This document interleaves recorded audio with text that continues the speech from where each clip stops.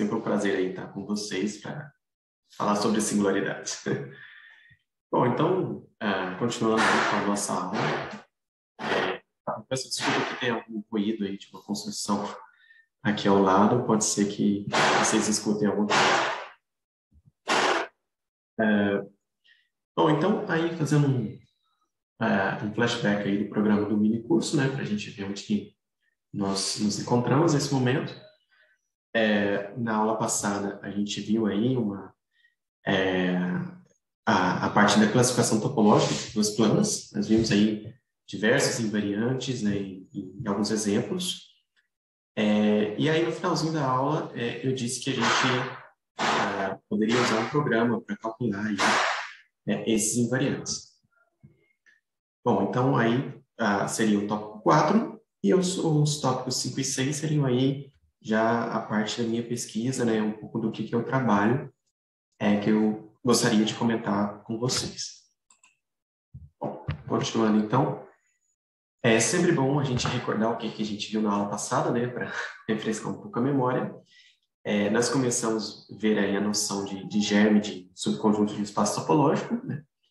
Essencialmente ali, os dois conjuntos eles podem ser distintos, mas ali numa vizinhança ali de um certo ponto, eles coincidem. Então, aí você pode sempre tomar um representante desse germe, isso define uma classe de equivalência, nós vimos esse conceito. Depois nós vimos o que era uma curva plana, era simplesmente aí o conjunto de zeros de uma série, né? A gente viu o anel das séries convergentes numa vizinhança da origem, e aí tinha um exemplo aí da cúspide. Depois a gente viu também a noção de equivalência topológica, né? Nós tínhamos aí dois germes de curvas planas, ou duas curvas planas, né? E aí a gente gostaria de saber quando essas duas curvas são equivalentes, ou seja, o tipo topológico das duas é o mesmo, né? E aí, para a gente poder fazer essa comparação, né, era necessário apresentar aí uma definição de equivalência topológica, e foi essa definição que eu apresentei para vocês, né? Que existe a existência de um homomorfismo de uma vizinhança de X, uma vizinhança de X', que leva aí o X em X'. Ou melhor, uma vizinhança de C2, né? Da origem, que leva X em X'. Essa vizinhança 1. E aí eu apresentei um problema, né? Qual que era o problema da classificação?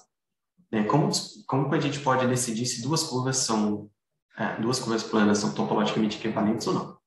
E aí nós fomos aí para um mergulho aí numa busca incansável de invariantes.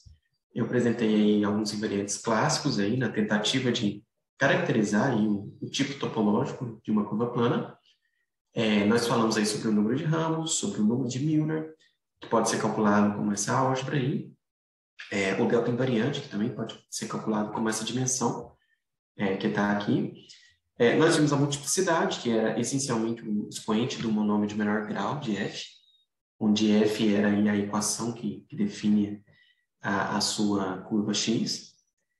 E nenhum desses quatro invariantes aí resolveu o problema. Nós vimos aí contra-exemplos que esses invariantes não eram suficientes para caracterizar o tipo topológico. E aí, qual foi a solução? A solução foi aí definir o que seria aí os expoentes característicos, né, os betas, beta 0, beta 1 até beta k. E como é que a gente definia esses betas? Vamos lembrar rapidinho. A gente encontrava uma parametrização especial, né? Sempre é possível a gente construir essa parametrização, existem algoritmos para fazer isso. E usando essa parametrização, a gente definia aqueles deltas, né? O delta 0 era a multiplicidade, né? E aí você definia os outros delta Ks de forma recursiva, usando aí o máximo comum divisor. Aqui eu coloquei GCD, que é em inglês, é o máximo comum divisor em inglês. Algumas palestras tá a versão em espanhol, e aí em francês é uma outra sigla, então às vezes eu me confundo um pouco, mas tudo bem, aqui é o máximo comum divisor. E isso resolvia o caso irredutível, né? Esses expoentes característicos resolviam aí o caso irredutível, e nós vimos aí que para dar a caracterização do caso geral, né, com vários ramos, nós precisávamos também da informação do contato entre duas curvas, né? Dois ramos quaisquer. E esse contato era dado através da multiplicidade de interseção. Então, vamos lembrar rapidamente a definição, né? Você pode calcular usando essa álgebra, ou você pode calcular usando a parametrização de y, da segunda, né? Ou da primeira, tanto faz, e olhar para o termo de menor grau, né? O expoente do termo de menor grau, da f composta com a parametrização da segunda, onde f aqui é a equação de x. Muito bem. E, por fim, eu apresentei para vocês qual era a solução do problema. A classificação topológica, então, ela se dá aí através dos expoentes característicos de cada ramo e do contato que é dado aí pela multiplicidade de interseção. Então, resumimos aí praticamente em 4 ou 5 minutos toda uma aula de 2 horas aí, que foi na segunda-feira. Muito bem, feito aí então esse flashback, você pode perguntar se existem outras opções, né? Será que existem outros conjuntos de invariantes que também dão a caracterização do tipo topológico de uma curva plana? Bom, e a resposta é sim, né? Existem outras técnicas, né? Outras formas de abordar esse problema, isso foi feito. E nós também temos outros conjuntos de invariantes que surgiram aí, que também caracterizam o tipo topológico de uma curva plana.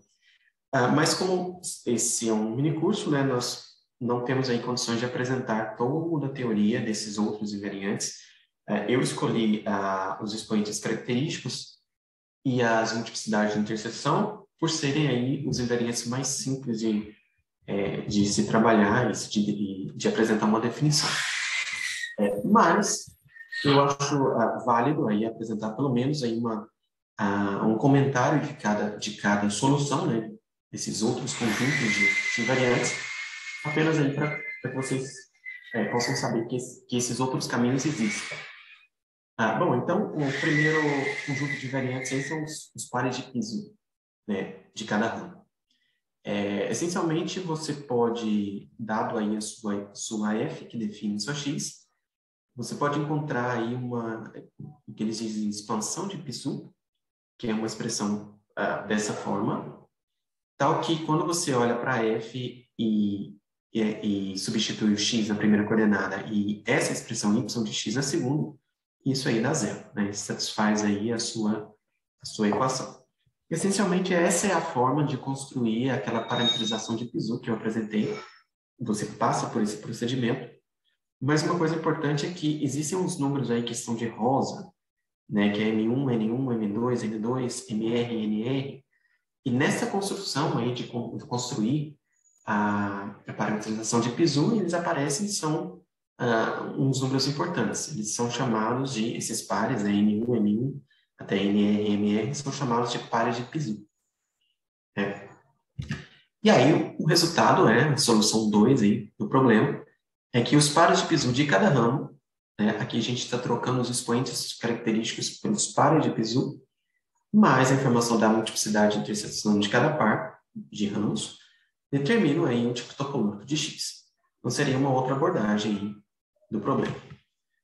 Bom, uma outra abordagem que a gente poderia fazer seria aí com resolução de singularidades. Então, resolução de singularidades essencialmente é uma ideia central na teoria de singularidades, né? Que é você tem uma singularidade, você tem um objeto singular, né? Uma variedade, e você quer construir aí uma aplicação que vá de um objeto suave e chega nesse objeto singular, só que essa aplicação ela tem que satisfazer algumas propriedades, ela tem que ser birracional, fora de um conjunto de medida nula, algumas propriedades aí dependendo do tipo de definição que você assume para a resolução. Bom, enfim, a ideia é mais ou menos essa, você dessingularizar a sua variedade, entre aspas, né? E a ideia da resolução de singularidades, usando aí uma modificação, que é um conceito da geometria algébrica, é que no final você consegue aí construir um certo tipo de gráfico, né? Está aqui representado aqui dentro dessa caixinha verde. O E1, o E2, o E3 e o E4 aí são o que a gente chama de geometria algébrica de divisores excepcionais, né? E esses números aí trazem alguma informação sobre esse processo de dessingularização da sua variedade. Bom, em resumo, qual que é a ideia? A ideia é que as informações contidas no gráfico da resolução, todas essas informações determinam e são determinadas pelo tipo topológico da sua curva X. Então, isso seria aí uma terceira solução para o seu problema, para o nosso problema de classificação. E aí, uma quarta solução, que é uma solução que eu gosto bastante, que seria aí explosões. Vamos explodir singularidades, né? Que é o famoso blow-up. Né? O blow-up, qual que é a ideia do blow-up? É bem parecida com a resolução de singularidades. Aí eu coloquei um exemplo aí da curva, aquele lacinho, né? E a ideia, pelo menos em curvas planas, é você trocar aquele ponto da origem, que é um ponto singular, por todo um plano projetivo, um P1, né? Uma reta projetiva, na verdade. Então, você troca essa reta verde, seria a reta projetiva, né? E aí você abre, de certa forma, a sua curva. Então, quando você olhar para essa curva preta, a projeção da curva preta vai dar essa curva vermelha. E aí você tem uma aplicação dessa superfície torcida no plano, cuja imagem da curva preta é a curva vermelha.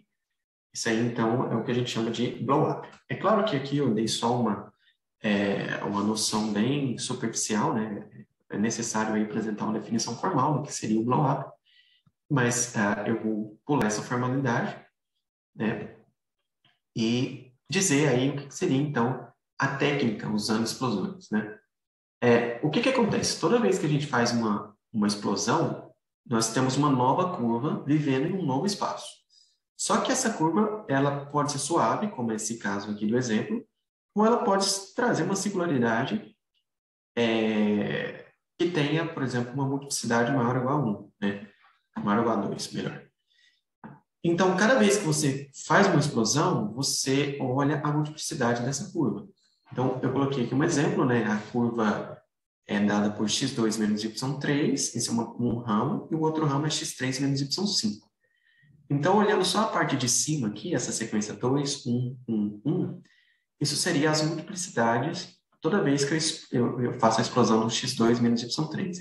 Eu explodi ela uma vez, ela deu multiplicidade 1, significa que ela se tornou uma curva suave. E aí, chegou na multiplicidade 1, toda vez que eu faço a explosão, vai continuar suave.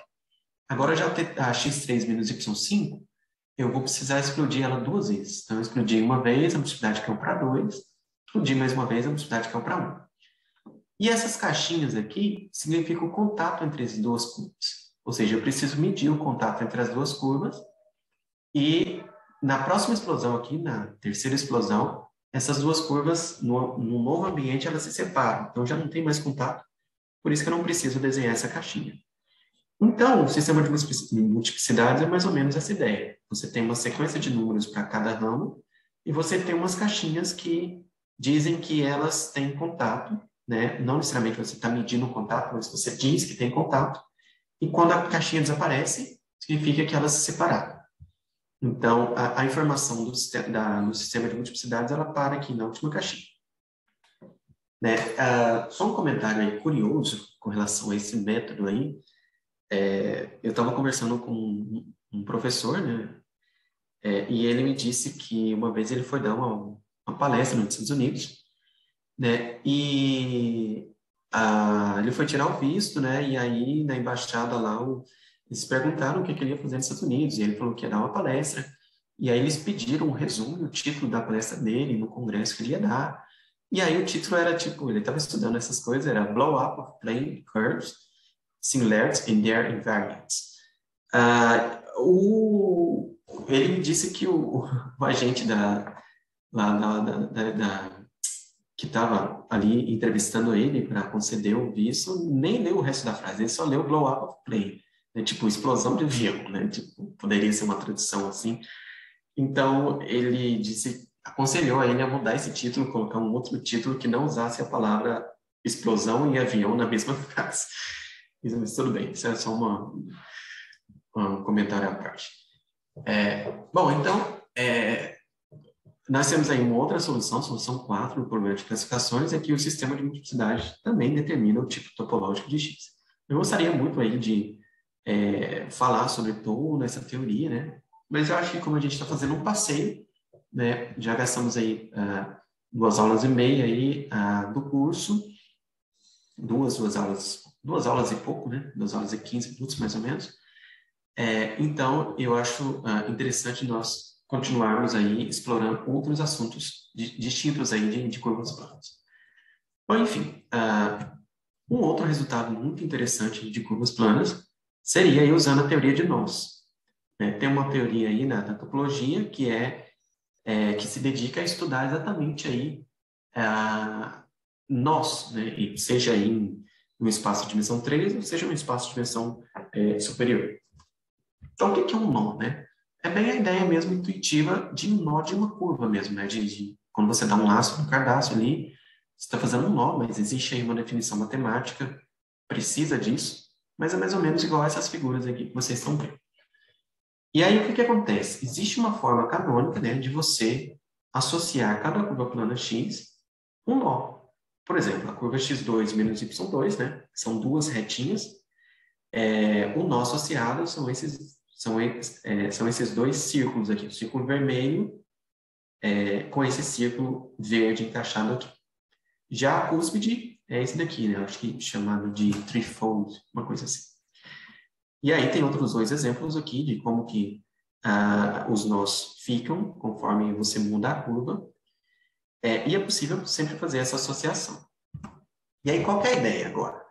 A ideia agora é você, então, usar a técnica da teoria de nós. Você vai usar ali a classificação de tudo que você tem disponível da teoria de nós para você poder aí classificar as curvas. E o resultado, né, uma solução 5 do problema, seria que os nós iterados, esse processo de associar esses nós, chamam nós iterados, tóricos, né, associado a cada ramo, e também existe um conceito de link numbers, aí seria na classificação de nós. Essas informações determinam o tipo topológico da curva X, e também são determinadas pelo tipo topológico. E por último, né, uma solução que eu também acho muito bonita é a solução usando semigrupos, né? Seria usando aí a teoria de grupos. Só lembrando aí o que é um semigrupo aí, o que eu estou considerando como semigrupo. Bom, é essencialmente um grupo, né? As operações ali de fechamento, de associatividade da operação. A única coisa que eu não vou exigir é a existência de elemento neutro e elemento inverso. Então, ali um semigrupo é isso, é quase como se fosse um grupo, mas não necessariamente existem aí elementos inverso e neutro. Bom, e aí, para cada curva plana X, é possível a gente associar um semigrupo numérico, contido aí no conjuntos naturais, denominado aí semigrupo de valores de X. Então, por exemplo, o semigrupo dessa curva X3 mais Y5. Né? Os geradores são 3 e 5, e aí o grupo é aditivo, né? Então você consegue gerar todos esses números aqui dentro dos naturais. E aí você olha para os números que estão faltando, né? Pensando aí nos naturais, aí, eu não vou considerar o zero, né? Vamos ver quais são os números naturais que estão faltando nesse semigrupo.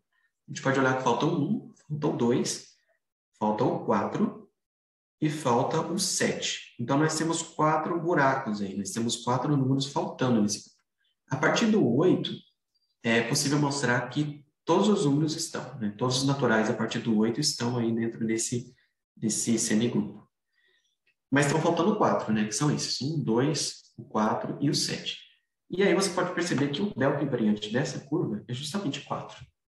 Então, o semigrupo, você consegue calcular muitas coisas com o semigrupo, por exemplo, o número de Milnor, o delta invariante, você consegue também os expoentes característicos, tem uma relação com os expoentes característicos. Por fim, é uma ferramenta muito interessante. E é claro, né, a solução 6, né, o semigrupo de valores determina e é determinado aí pelo tipo topológico da curva plana X. Muito bem, então, em resumo, né, nós vimos aí rapidamente aí mais 5 formas de resolver o problema de classificação de curvas planas. que é a expansão de Piso, né, seriam os pares de Piso, a resolução de singularidades, né, a técnica das explosões, né, no blow-up, tomando aí a informação do sistema de multiplicidades, teoria de nós, que é uma teoria fantástica, né, assim, essa parte aqui é muito impressionante, como que você, tanto a parte de semigrupos, né, quanto a parte de nós, como que a teoria de singularidades, ela tem ali uma versatilidade, né, você pode ir para um outro ambiente, fazer uma conexão e trazer resultados para geometria de singularidades, usando técnicas de outras áreas, né, isso é uma coisa fantástica. Bom, e aí, na última aula, no finalzinho, continuando aí de onde nós paramos, né? Tem aquela brincadeira, né? O professor dá o exemplo da cúspide, faz lá em sala de aula o número de Wiener, delta invariante, você acha que você aprendeu e fica todo feliz e tal. E aí chega na prova, ou mesmo na vida real, né? Na pesquisa você encontra um bicho estranho desse tamanho aí para enfrentar. Bom, como eu disse, esse exemplo não é aleatório, né? Ele está na minha tese, ele apareceu essa curvinha aí, e o número de Milnor dela é 441. Muito bem. Então, como é que a gente calcula na prática os invariantes de uma curva mais complicada, né? De uma curva com um grau aí elevado, né? Com vários ramos. Às vezes, calcular à mão não seria um método efetivo, né? Então, aí a gente... hoje eu gostaria, então, de apresentar para vocês o programa Singular, né? Então, eu vou falar aí rapidamente o que é o Singular, né? Quem que criou o Singular, né? Quem são aí os desenvolvedores do Singular? O que o Singular faz? Ou como saber o que o Singular faz? E nós vamos fazer aí alguns exemplos. Lembrando que a qualquer momento vocês podem me interromper ou escrever no chat aí se tiverem alguma pergunta. Bom, então, uma breve introdução ao programa Singular, né? Singular é um programa de computador para cálculos com polinômios. E aí tem uma ênfase especial aí nas áreas de álgebra computativa e não computativa, geometria algébrica e teoria de singularidades. Mas também tem álgebra linear, teoria de controle, em outras áreas também aí tem alguns pacotes, mas essas aí são as mais desenvolvidas. A melhor parte é que é um software completamente livre, diferente do Matemática, ou do MATLAB, ou do Maple. O Singular ele é um software livre. Por outro lado, aí tem uma parte aí, que eu vou falar da questão da interface, né? Por ser um software livre, a interface dele não é convencional, digamos assim. E aí, apenas aí por questões históricas e também por... eu acredito ser importante aí dizer quem foi aí os desenvolvedores do Singular. São 4 pesquisadores, o Wolfram Decker, o Gert-Mark Royal, o Gerard Förster e o Hans Schoenemann. São todos alemães, eu acredito, com exceção do Wolfram, que eu não tenho certeza, mas os outros 3 são alemães. Então, provavelmente a minha pronúncia não ficou aí apropriada, mas tudo bem. Bom, eles inventaram esse programa aí em 1984. Né? Ele era chamado de Guachmora. Ele rodava apenas 2 algoritmos, né? E a ideia era resolver um problema de matemática. Eles queriam encontrar um contra-exemplo para um problema que eles estavam trabalhando, mas não tinha nenhum programa aí que rodava aí cálculos com polinômios da forma como eles queriam. Então, o que eles fizeram foi desenvolver isso durante as férias, né? E eles tiveram um sucesso com o problema que eles estavam estudando. Eles conseguiram resolver o problema. E aí, com isso, o Broyle, que é um matemático muito famoso, né? Ele pediu financiamento, né, para a universidade, ele levou esse projeto para a universidade, uma universidade alemã, bem conceituada, e ele conseguiu financiamento de certa forma, com a propaganda de resolver a conjectura de Zariski. Ele disse que, para resolver a conjectura de Zariski, eles precisavam testar vários contra-exemplos, né, possíveis contra-exemplos, mas para calcular, por exemplo, o número de Milnor de um exemplo digamos, com a equação de grau muito alto, eles precisariam aí de um sistema computacional. Tem até um artigo, né, vocês podem encontrar, posso dizer a referência precisa, onde ele conta um pouco da história aí do Singular, como que ele foi desenvolvido e conta também da relação com o conjector de Zariski, que era aí um carro-chefe aí para conseguir fundos para financiar o desenvolvimento do programa. Bom, apenas aí um comentário, né? O Wolfram Alpha foi desenvolvido por um outro Wolfram, mas não é o mesmo aqui no Singular, né? Wolfram Decker e o Steven Wolfram. E um outro comentário, né? Eu já disse que o Greuel é um singularista muito respeitado, né? Publicou diversos trabalhos importantes na teoria de singularidades. E eu já comentei o artigo do Bushweiss e do Greuel no curso. Foram eles aí que generalizaram a fórmula de Milnor. E também deram aí a generalização do número de Milnor para curvas espaciais, que até o 1980 não existia. Ok. Não tem problema com plataforma, pelo menos a maioria das plataformas. O Singular está disponível tanto em Windows, quanto em Linux, quanto em Mac. Para começar, então, a usar o Singular, primeiro a gente vai para a página do Singular, né? Que é singular.uni.kl.de.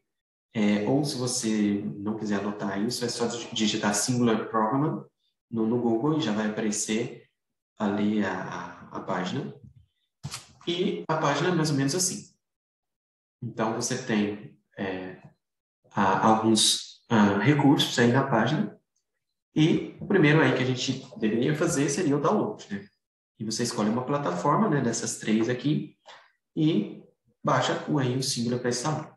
E aí, para usar o Singular, você tem que baixar esse outro programa auxiliar que chama CGWin. Você pode baixar ele, só seguir os passos, não tem nenhum tipo de dificuldade, é bem intuitivo. E essa aí, depois de instalar no CGWin, essa aí é a interface do Singular. E aí você, talvez, neste momento, ficou aí um pouco decepcionado, para quem não conhece o Singular ainda. Bom, essencialmente aqui uma analogia seria como o LaTeX, né? Quando a gente vai escrever um artigo, né? Eu posso escrever um artigo usando, por exemplo, o TextMaker, né? Outro pesquisador pode usar o TextStudio, outro pesquisador pode usar aí um outro compilador, né? Mas, digamos assim, a linguagem do LaTeX é a mesma, né? Roda nesse emulador, roda naquele outro compilador. O Singular é mais ou menos a mesma coisa. É um programa que precisa de um compilador ali para rodar, ele precisa de um programa auxiliar. Então, você pode rodar diretamente no CGWin, né? Esse aqui é o logo daquele programa auxiliar. E ela é bem simples, né? Tá aí como se fosse aí um DOS, né? Como se fosse ali algo para você só inserir o código. Não tem como salvar, né, nesse formato, não tem como se imprimir, dá para copiar, dá para colar, né, dá para fazer algumas coisas básicas. Se você quiser ir um pouco mais de sofisticação, né, faz falta ali uma interface ali, de fato, para você, digamos, pelo menos respeitar o programa. Tem alguns aí usuários que usam o Emacs. O Emacs ele é um outro emulador, né? Um outro programinha que você pode rodar o Singular dentro dele. Então, você consegue fazer aí essa ponte, né? E ali você pode ter mais alguns recursos, né? Que aparecem aqui em cima. Bom, por que né, é tão, digamos assim, fraquinho, né, essa parte da interface? Pelo fato ali de ser, né, algo sem fins comerciais, né? Não é um programa pago, né? Ele é completamente livre, né? Mas, depois que você começa a usar, se acostuma, né? Você vê que não é assim, você não precisa de tanta coisa para obter ali os resultados que você quer no Singular. E aí, se você falar, olha, eu não gostaria de instalar nada do meu programa, no meu computador, né? Será que teria outra forma de usar o Singular sem precisar instalar?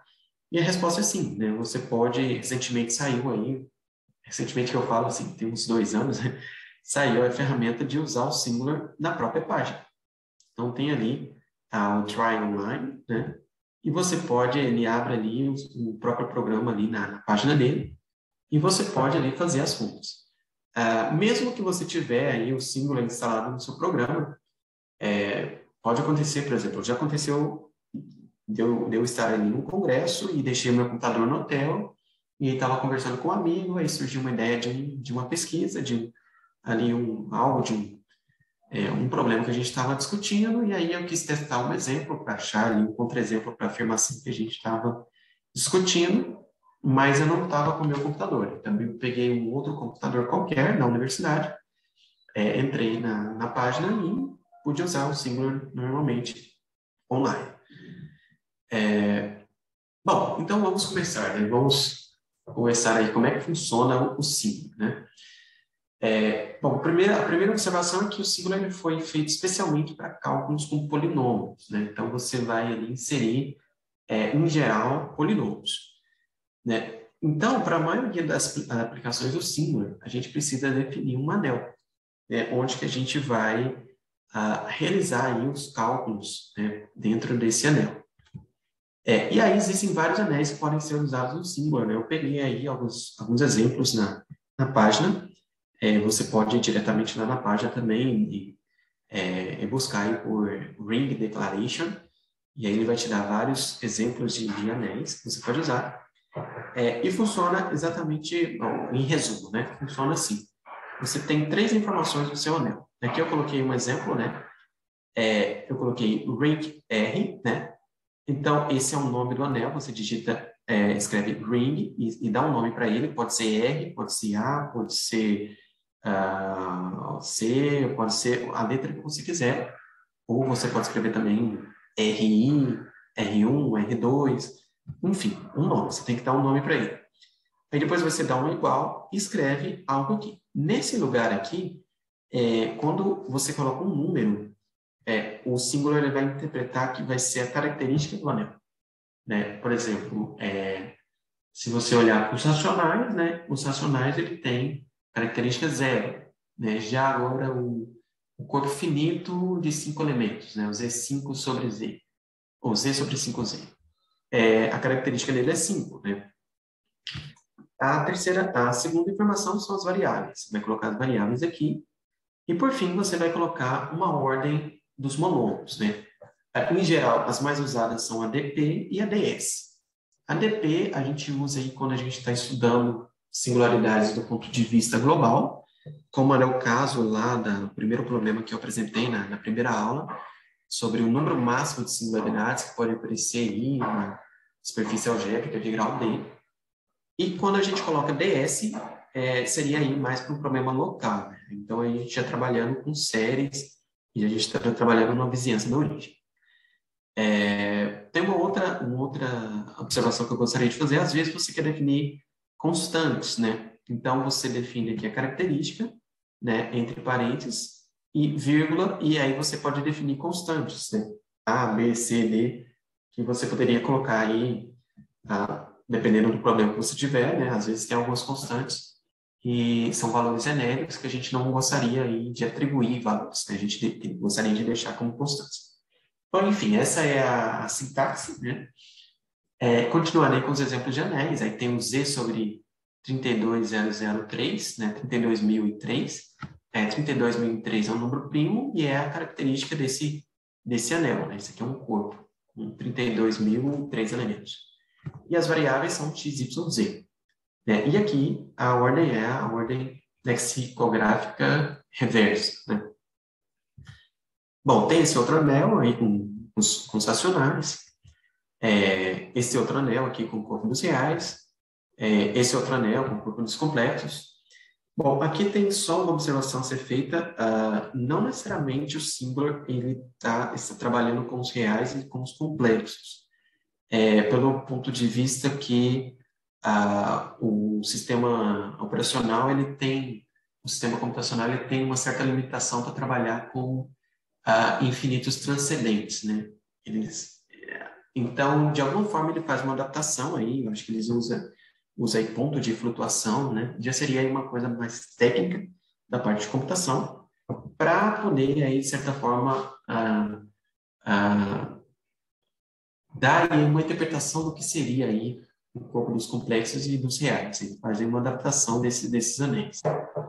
Bom, o corpo dos inteiros, né? Corpo não, o anel dos inteiros, e por aí vai. Bom, enfim, no percurso, né, que a gente está olhando aqui, em geral, a gente vai escolher aqui 0, a gente vai colocar aqui 0, que seria aí um corpo de características 0, vai colocar as variáveis, como a gente está trabalhando no plano, seria x e y, e vamos colocar aqui a ordem local, ds.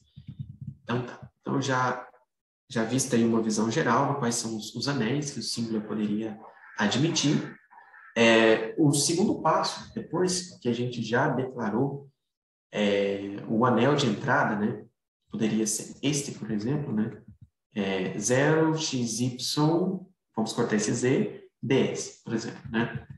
Então, o que eu faço agora, né? Eu quero calcular o número de mirror, por exemplo. O que eu tenho que fazer? Bom, a primeira coisa é que o Singular ele não faz nada se você não baixar um pacote ou uma livraria. Né? Às vezes você quer calcular o número de mirror. Ele faz o cálculo do número de mirror. Mas para você conseguir fazer isso, primeiro você precisa baixar o pacote. Né? Então, aí você tem vários pacotes, né? Tem várias livrarias. Né? Por exemplo, tem a livraria de álgebra linear, de álgebra computativa, de geometria algébrica, de teoria de códigos, de sistema e teoria de controles. E aqui tem a que a gente vai trabalhar, que é a livraria de singularidades. Bom, dentro da livraria de singularidades, né, nós entramos aí, nós temos aí várias livrarias, ou sublivrarias, né, que fazem várias coisas, né? Por exemplo, a livraria HNetter, que a gente vai usar muito, né? Dentro da livraria HNetter tem vários procedimentos, né, que a gente vai olhar. E aqui eu escolhi, para dar um exemplo, o que acontece se a gente selecionar a livraria sing.lib. Né? Dentro da sing.lib nós temos outras subrirotinas, né, que são todas essas aí. Por exemplo, essa aqui que eu circulei, né, o que ela faz? Aqui tem uma breve descrição, né? Is ideal an isolated singularity? Então, ele está dizendo aqui, né? Será que o ideal ali que define a sua variedade, né? Esse ideal aqui é gerado pelas equações, será que ele define uma variedade com singularidade isolada? Né? Se você olhar para outro aqui, por exemplo, o número de Miller no ideal I, né? A dimensão do lugar singular. Né? Então, cada procedimento aqui, ele te dá aí a informação de um invariante ou de um objeto. E aí eu escolhi esse daqui, né? Será que tem singularidade isolada? E aí quando você entra nesse procedimento, ele te dá uma breve descrição ali do que é o procedimento, né? E mesmo se você não entender nada dessa descrição, você pode vir aqui na pesquisa, né? E pesquisar mais sobre esse procedimento, né? Underline is, né? E aí o que você acha você acha aí exemplos, né? Para cada procedimento que o Singular dá, em geral, vem um exemplo embaixo acompanhando. Então, é só você seguir o exemplo, né? Copiar ali a parte da sintaxe e entrar com os dados, né? Trocar os dados do exemplo para obter aí as informações do seu exemplo. Né?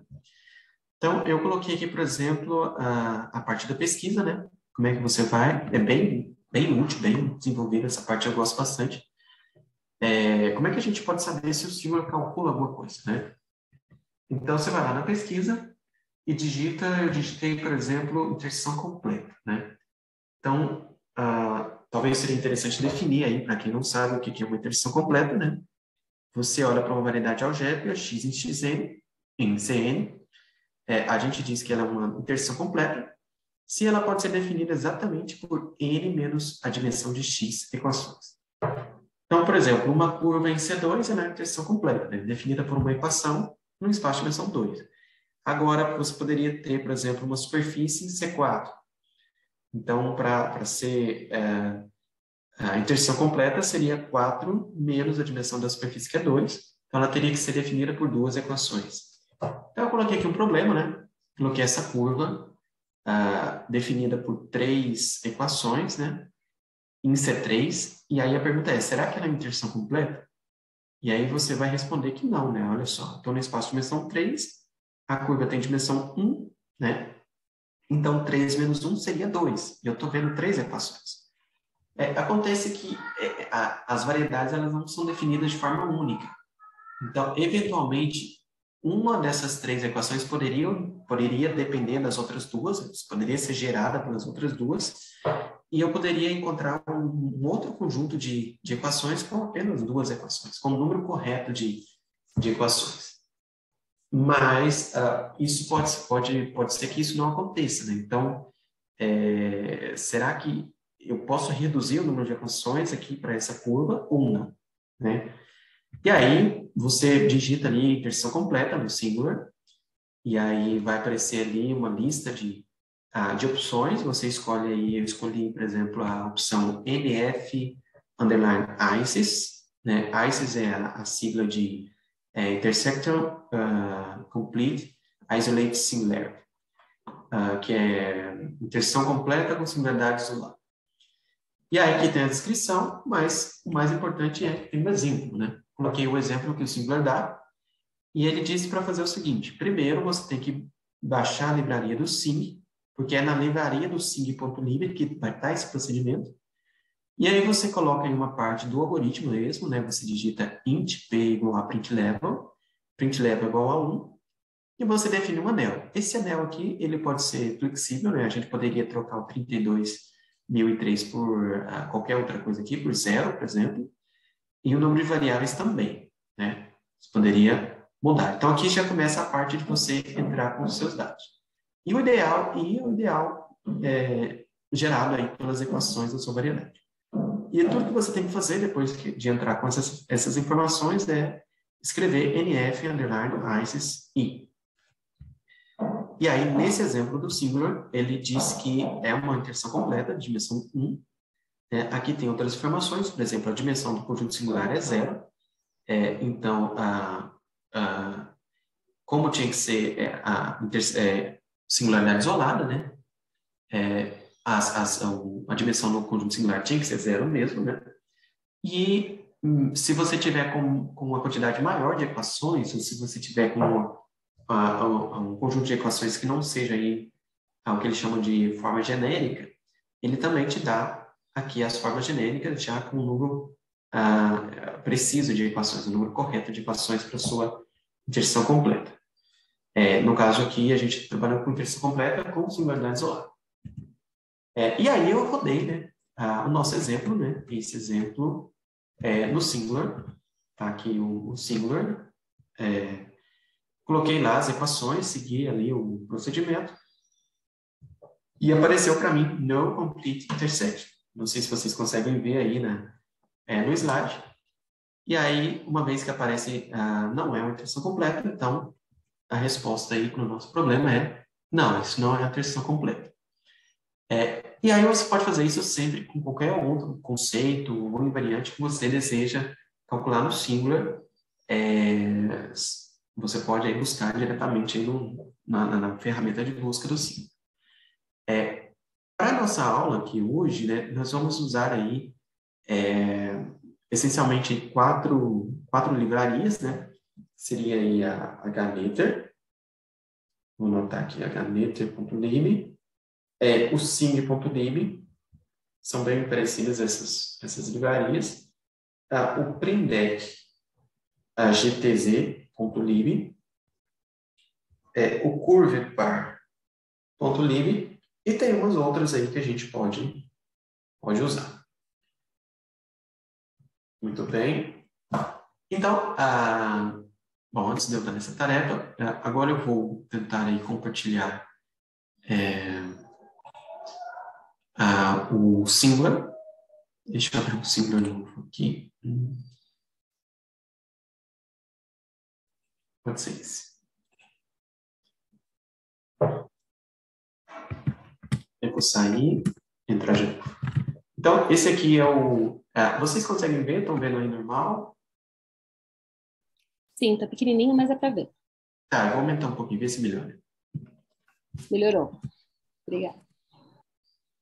Bom, então eu comecei de novo aqui o Singular, né? Eu entrei diretamente usando lá o Sigil, não sei falar direito esse programa, o programa auxiliar, né? E aí, aqui na parte de baixo, aqui em cima eu já estava fazendo umas contas de teste. Então, imagine que começa aqui nessa parte verde aqui. E aí, bom, nós temos um cursor piscando ali. A primeira coisa que nós precisamos definir é o anel, que seria aí a nossa ferramenta, nosso ambiente de trabalho, né? Então, eu vou dar um nome de R. 0 vai ser a característica desse anel. E duas variáveis, que é aí o número de variáveis que a gente trabalha com curvas prontas. Eu vou colocar a ordem local, que seria aí para trabalharmos com problemas aí locais.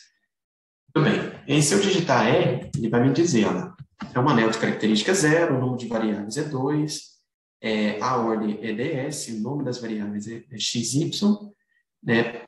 E ele te dá aí todas as informações do seu anel. No caso, quando você está trabalhando com vários anéis, às vezes você se confunde, e aí você pode sempre pedir para ele te lembrar o que é o anel que você definiu em algum momento. Bom, e aí a segunda coisa que a gente precisa fazer é baixar uma livraria. Vamos baixar aqui, por exemplo, hnetter.lib, em homenagem aí à matemática Netter. Bom, e aí ele vai baixar essa livraria e tem vários procedimentos nessa livraria. Você vê aí, cada linha aqui é um procedimento que a gente pode usar. Bom, e aí vamos usar, por exemplo, vamos olhar para a né? A primeira invariante que a gente estudou foi o número de ramos, né? E aqui um detalhe, você não precisa fazer isso no símbolo. Você não precisa digitar, por exemplo, 3 vezes x ao quadrado. Né? O singular, ele já, quando você coloca um coeficiente na frente de uma variável, ele já entende que é um número na frente de uma variável, ele já entende que é ali uma constante, né? E quando você coloca um número depois da variável, ele já entende ali que é um expoente. Né? Então, aqui é o coeficiente, aqui um expoente. Então, você pode digitar dessa forma, diretamente. E aí, a gente vai colocar mais y3. Então, eu defini o meu polinômio f, né, a cúspide. E aí, agora eu quero saber o número de ramos dessa cúspide. Ou melhor, se ela é irredutível. Então, eu posso usar esse comando, irdf. E aí, apareceu 1. Então, aqui é a linguagem binária. Toda vez que aparece 1, significa sim. E se aparecer 0, significa não. Então, a gente pode definir um outro polinômio, por exemplo, poly gx2 menos y2, que são duas retinhas.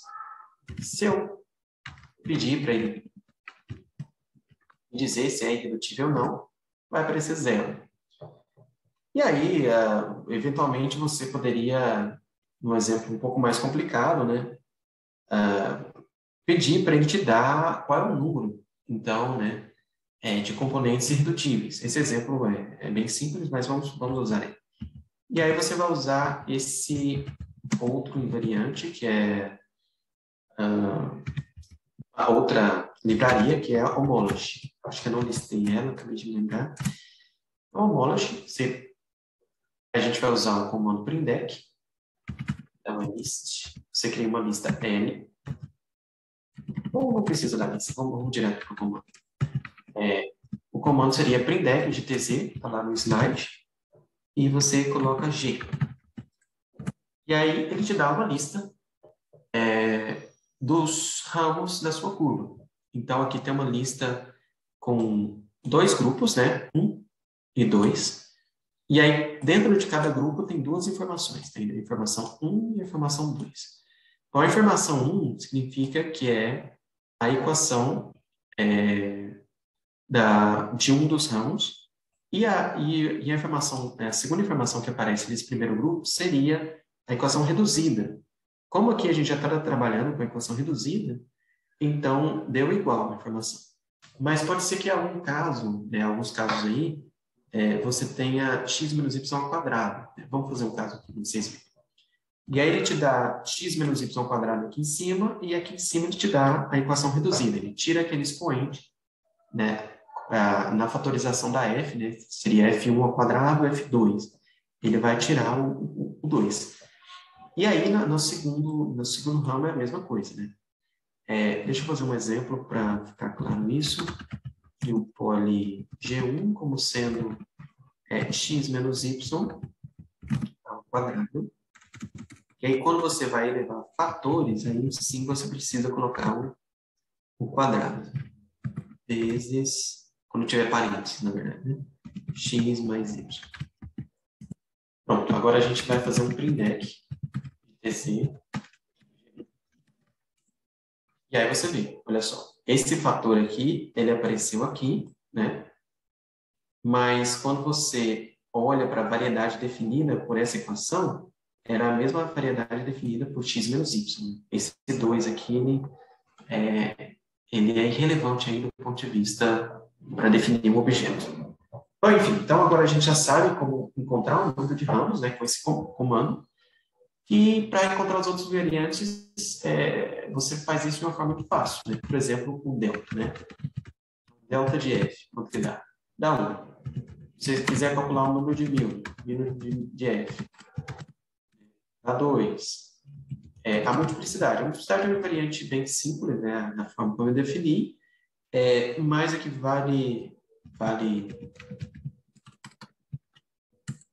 aqui tem que colocar na forma standard. Standard de f significa, eu preciso colocar na forma standard do singular. Então, você coloca standard f, né? E calcula esse variante.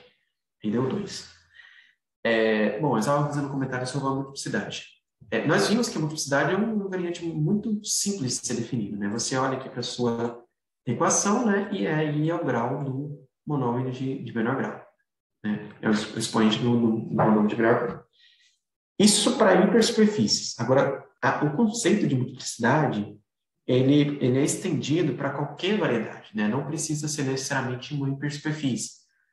Pode ser ali uma variedade, uma superfície definida por várias equações, no espaço de dimensão bem alta, e aí encontrar a multiplicidade já não é tão simples, né? Já não é suficiente olhar para as equações, você não vai ver ela diretamente. Então, por isso que esse comando ele é muito importante aí para dimensões mais altas, né? E contextos um pouco mais gerais. Bom, enfim, e aí ficou faltando, então, agora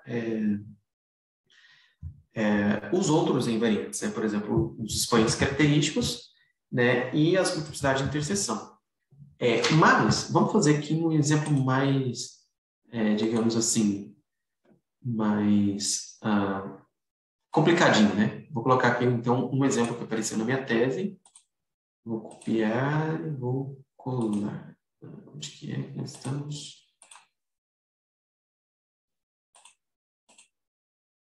Isso. Vocês estão vendo um 3 aqui? Só um teste? Digitei um 3? Sim. Ok, então eu estou na tela certa, porque eu estou com várias telas abertas aqui. Eu vou definir, então, o polinômio f3 e vou colar. Então, aí vocês podem notar que é um polinômio gigante, né? E aí, quem que seria aí, por exemplo, o Milner desse f3? E ele calcula, deu 320. Ele calcula, assim, um piscar de olhos, né? O delta do f3 dá 161, né? Então, como é que a gente poderia descobrir outras coisas sobre esse invariante? Vou colocar um outro exemplo aqui. Poli F4.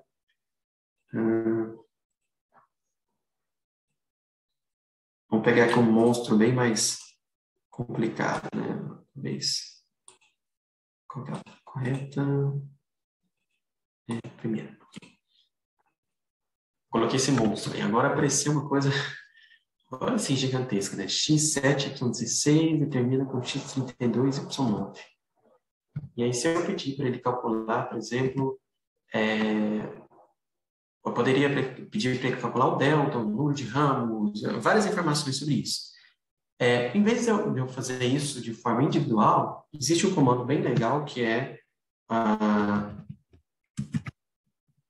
criação de uma lista, né? Você faz list L, ele vai criar uma lista como essa daqui de cima, né?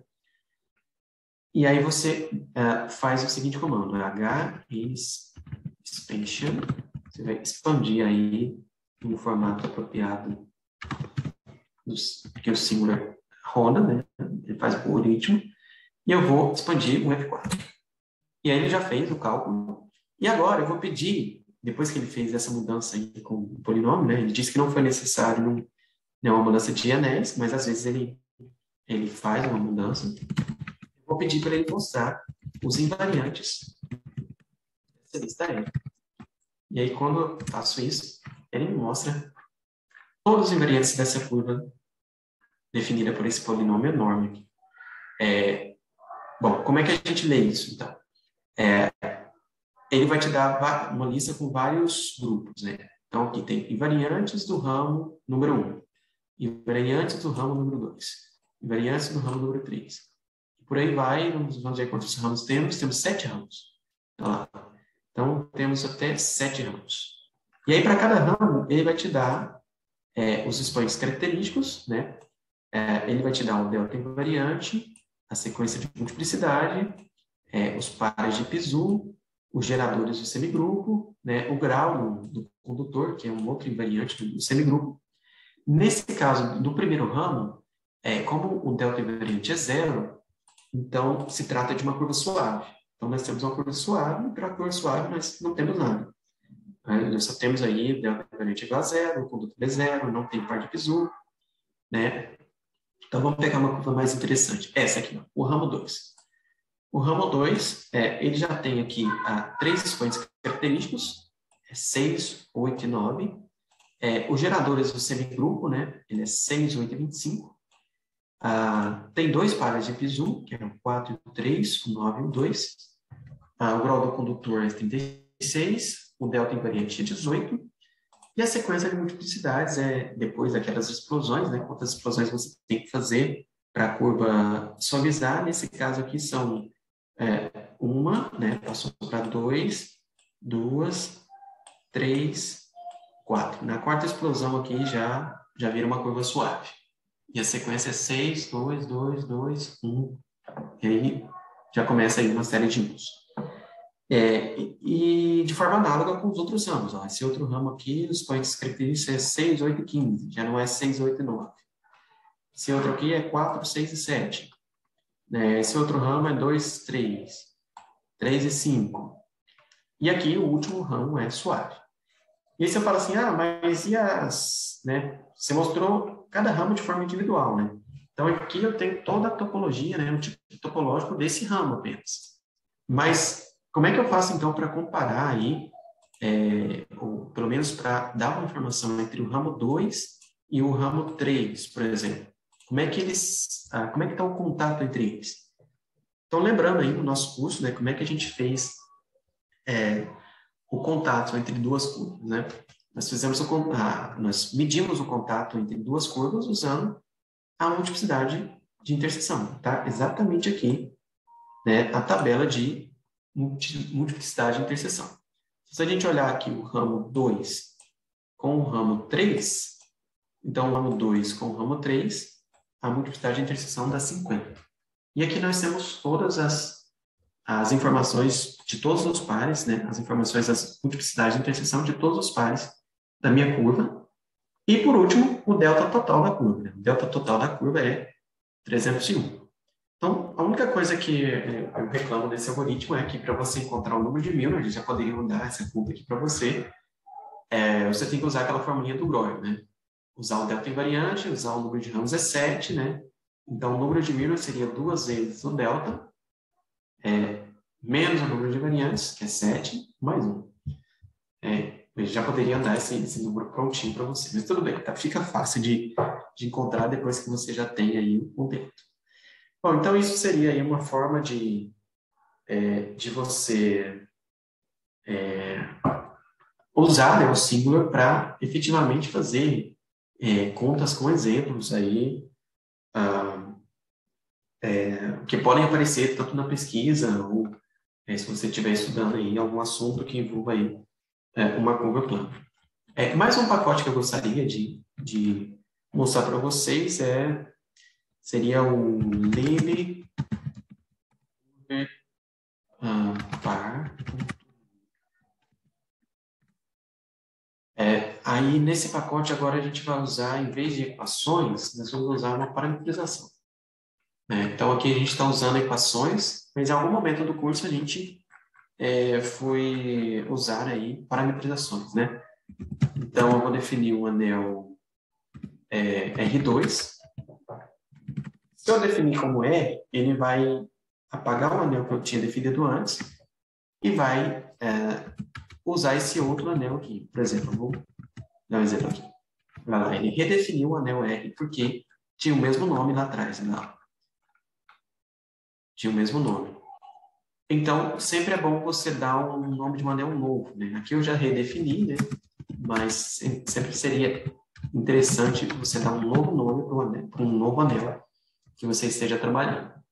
Então, eu coloquei aqui apenas uma variável, né? A variável T, que eu vou trabalhar a curva agora na forma parametrizada. E eu vou definir uma lista X, que é a parametrização, né? Por exemplo, aquele exemplo que a gente viu, T6, T8 mais T15. Era T15, isso, T15.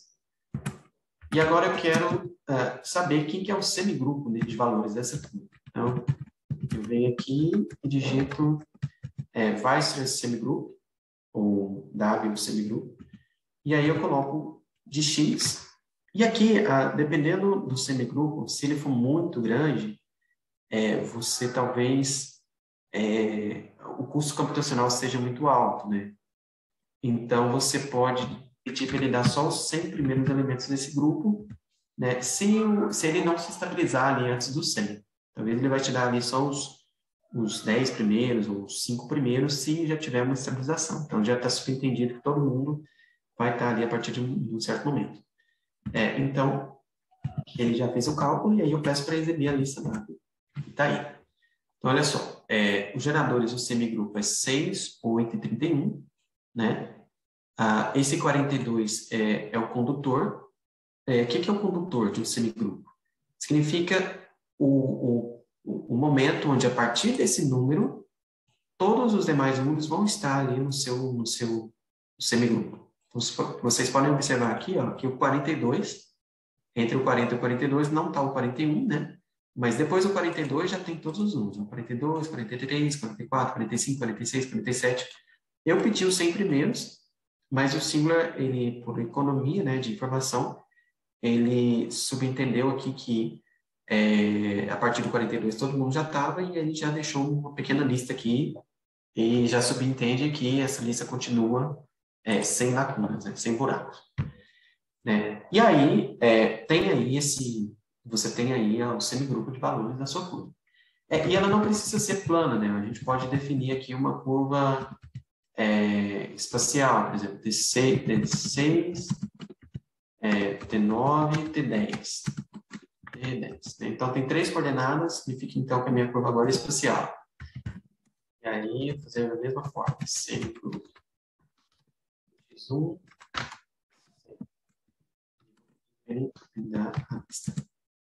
e aí tá aí, a curva espacial.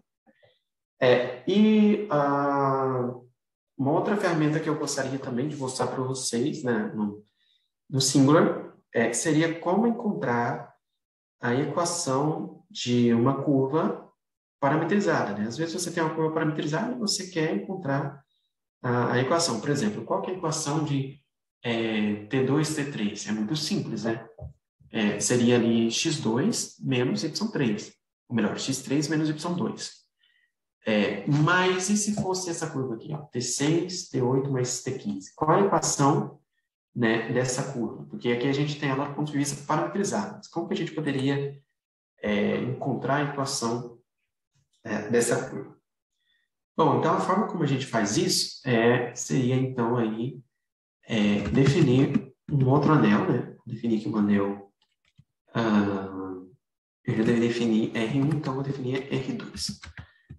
Então, R2, como eu quero a equação, então eu vou pedir um ambiente já das equações, né, com as variáveis x e y. E como eu vou trabalhar aí com a parametrização, eu vou definir aí um anel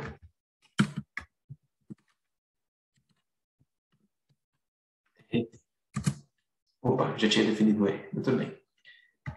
E agora eu vou colocar o anel que eu quero, as equações, né, o R1, e vou colocar a parametrização. A parametrização seria T6, T8 mais T15. E agora eu vou para o anel que eu gostaria de encontrar as equações. Então, aqui só um detalhe, né? Eu defini o anel R2 e logo em seguida eu defini o anel E. Então, uma vez que você define o anel R, você já está nele, você já está trabalhando naquele ambiente. Então, eu defini o anel R2, não fiz nada com ele. A partir do momento que eu defini o anel R, eu já saí do ambiente do anel R2 e fui para o ambiente do anel R.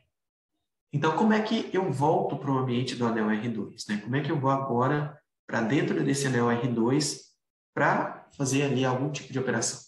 Então, o comando de chamar um anel é esse. É setBring, e aí você chama o nome do anel. Então, eu chamei o anel, e agora eu vou definir o ideal J como sendo o núcleo do meu anel R com relação a essa função, essa parametrização F. Ah, aqui deu um errinho. Ah, tá. Tinha que ser R1, R2. Ah, então... Aqui deu um erro. Não deu erro. Ah, já entendi, já entendi. O erro foi aqui, ó. A gente chamou de R2 e nós definimos sobre R1. Então, vou começar de novo só para ficar claro. Então, vamos definir aqui o anel R1, tá? Problema, XY, DS. Vou definir o anel R. Agora a aplicação vai de R1, agora está correto, né? Tem que ser o mesmo nome que R1, R1. E vou sair aí de T6, T8 mais T15. T8 mais T15. E vou agora chamar o anel R1.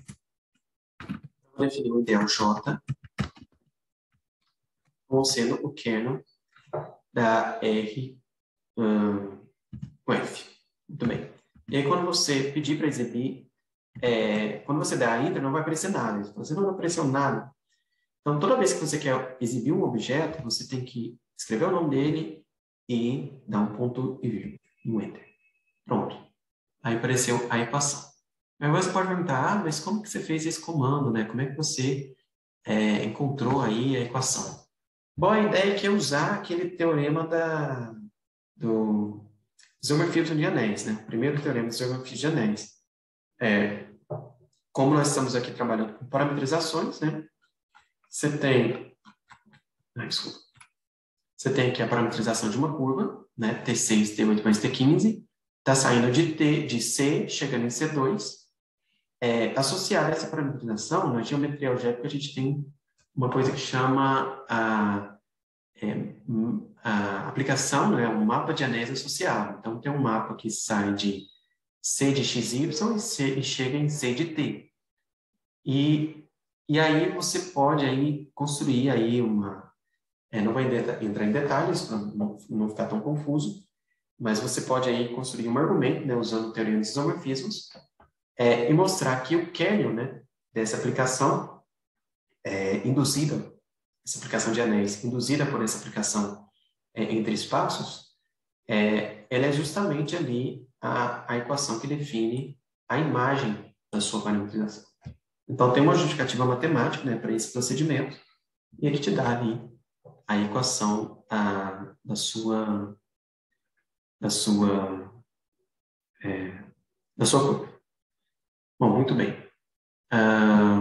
Eu não sei se seria talvez interessante já começar de novo a parte da teoria. Alguém tem alguma pergunta, algum comentário?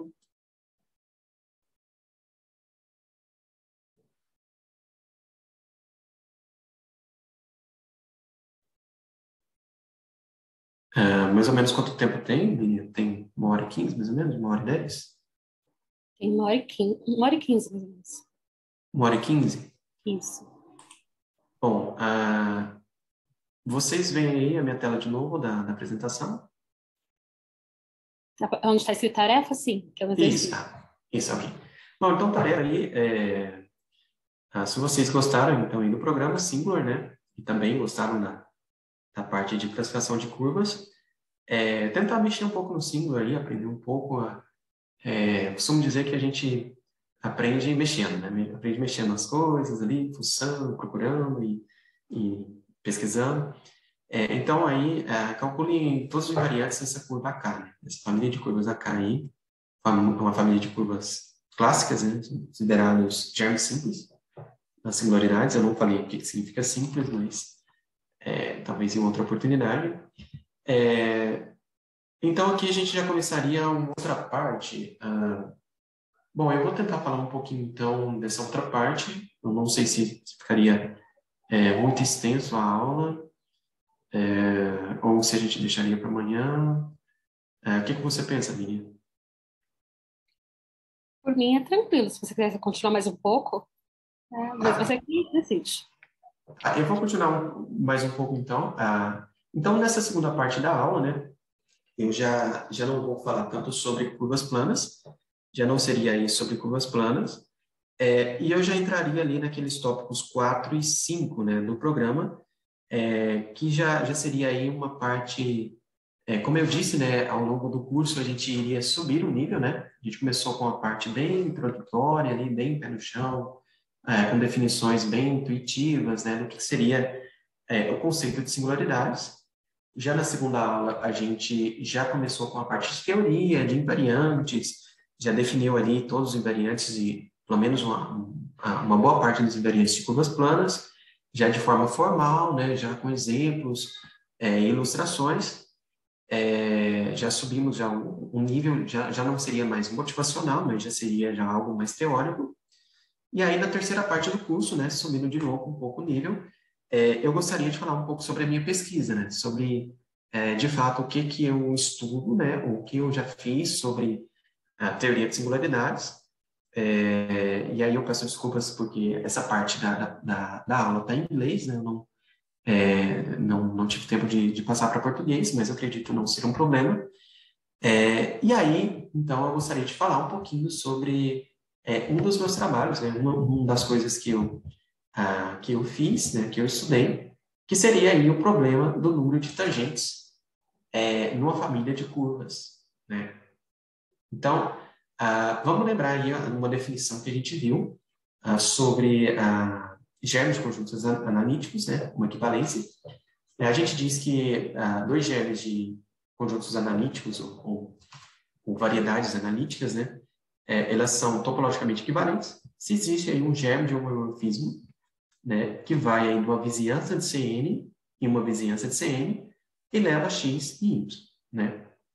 Então, essa é a definição, tem uma ilustração aí para ilustrar esse conceito. E aí, como eu já comentei na aula passada, né, o Zariski ele propôs aquela famosa conjectura de Zariski, mas esse não foi o único problema que ele propôs, né?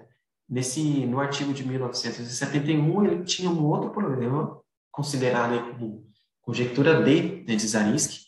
A conjectura que eu comentei na aula passada era a conjectura A, né, que ainda está aberta, a conjectura da multiplicidade. E essa conjectura que eu vou apresentar, né, nesse slide é considerada como a conjectura B de Zariski. Ela diz o seguinte, né, se x e y são topologicamente equivalentes, né, são hipersuperfícies topologicamente equivalentes, né, os cones tangentes, né, dessas superfícies, né, depois aí de uma projetivização, né, será que eles são homeomórficos? Essa era a pergunta dele, e aí, historicamente, virou uma conjectura, né, E aqui talvez seja interessante fazer um comentário do que seria o cone tangente, né? Pensa no cone tangente como você tem uma variedade, por exemplo, a cúspide, né? Você olha, então, para a parte de menor grau, né? E talvez não tenha só um expoente, né? No caso da cúspide teria o x2, mas poderia ter x2 mais y2 mais xy, né? Todos ali de grau 2. E aí o que você faz? Você monta uma variedade com essa parte homogênea de menor grau. Essa variedade é chamada aí de cone tangente no caso de hipersuperfície.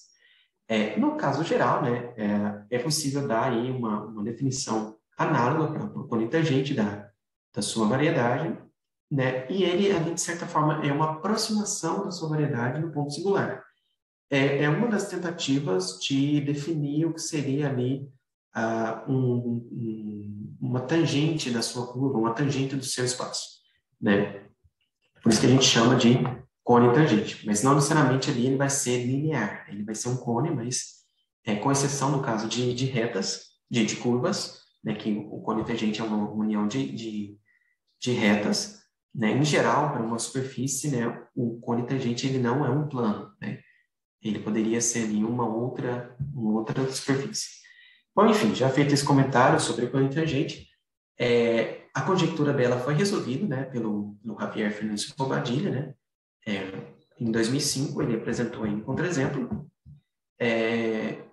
mas ela não deixou de ser interessante, né? Matemáticos continuaram estudando esse problema de outros pontos de vista, né?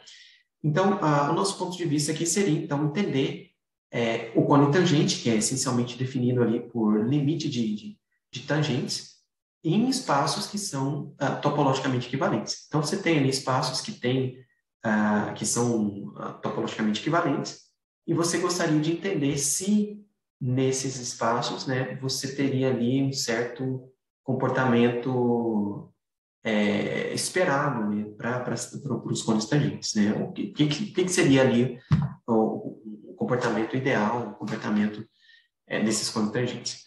E é claro, né, nós não necessariamente vamos trabalhar com hipersuperfície, vamos trabalhar ali no contexto com dimensão maior. Né? E é claro, também, outra questão distinta do caso de curvas que nós estamos trabalhando, agora nós vamos trabalhar em família. Né? Nós falamos um pouquinho da deformação da cúspide, né?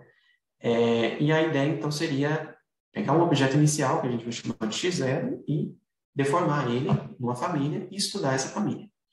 Bom, muito bem. Então, o primeiro caso aí que a gente, na verdade, o único caso que a gente trabalhou, né? A gente está trabalhando em outros, mas o primeiro caso, que já deu um artigo inteiro, é o caso de famílias, de curvas, né? Em C mais um. Então, qual que é a ideia? Você tem uma superfície, né? Essa superfície geralmente é obtida ali pela deformação de uma curva. Você deforma essa curva e obtém ali uma superfície.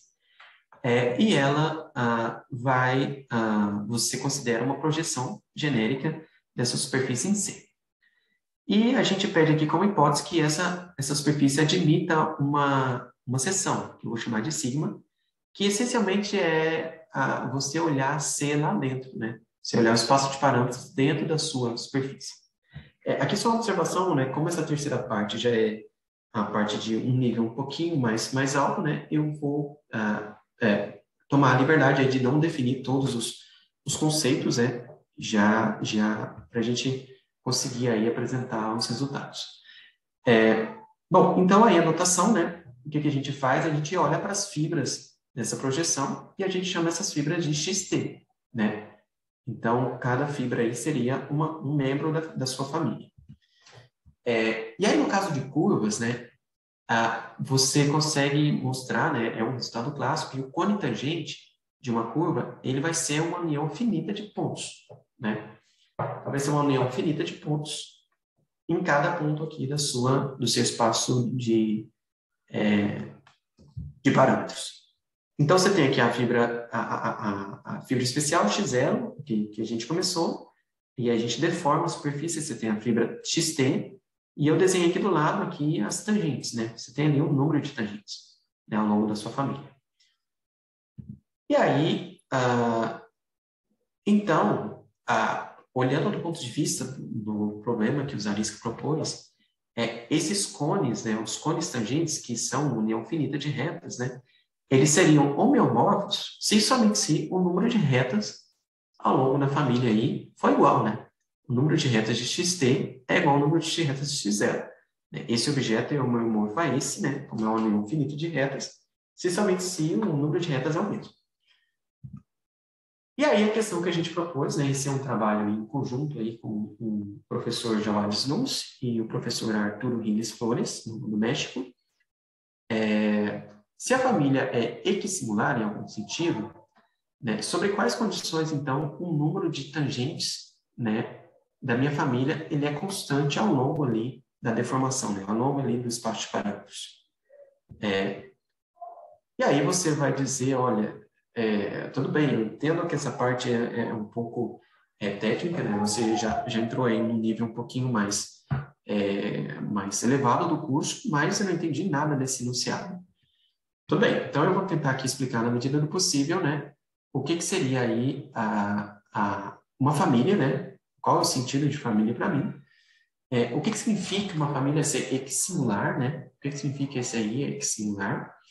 E quais seriam as condições ideais aí para a gente resolver esse problema, né? Que tipo de condições, que tipo de hipóteses, né, eu estou pedindo para que esse problema seja interessante. Bom, então, vamos para a primeira parte aí do trabalho, né? Nós vamos considerar o contexto de famílias genericamente reduzidas. Então, aqui eu já tenho uma diferença da primeira parte do curso.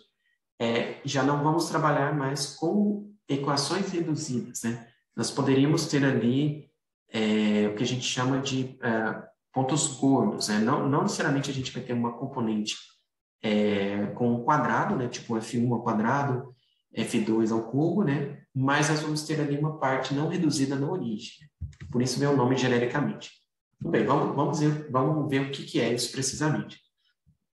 Bom, nós vamos tomar aí C1 de árvore de curva analítica, né, em CN, e a gente vai dizer que ela é genericamente reduzida na origem, zero, né, se o único ponto não reduzido, né, na curva próximo da origem é a origem mesmo, né, a origem propriamente.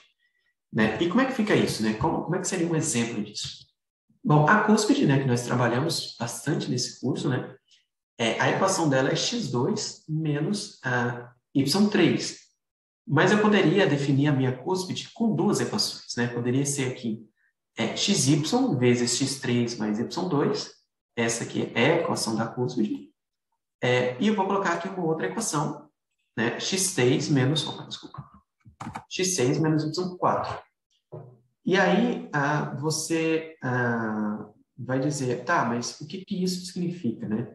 Quando a gente olhar para o conjunto de zeros dessas duas equações, você vai ter o mesmo desenho dessa curva vermelha. Porém, lembra aquele comando do singular que a gente achou para calcular o número de componentes irredutíveis da sua curva? Se você usar o mesmo comando, você vai achar uma componente x3 mais y2, que vai definir a sua curva, e nós vamos achar um outro ideal, né, um outro conjunto de equações, que é o x6, x4y e y6. Essa variedade aqui, definida por essas três equações, elas definem um ponto na origem, e é um ponto não reduzido. Ele tem ali, de certa forma, do ponto de vista algébrico, ele tem ali digamos, uma densidade, né? Tem uma gordura, que a gente chama no popular, né? Mas eu não tenho nenhuma componente dobrada, né? Ou seja, num ponto genérico da minha curva, não é x3 mais y2 ao quadrado aqui, né? Então, por isso que a gente chama genericamente reduzido, que o único ponto reduzido vai estar na origem. Bom, aqui eu não coloquei a parte de motivação, né, para a gente ganhar tempo, mas isso não é, aí, digamos, uma tentativa de generalizar as curvas reduzidas.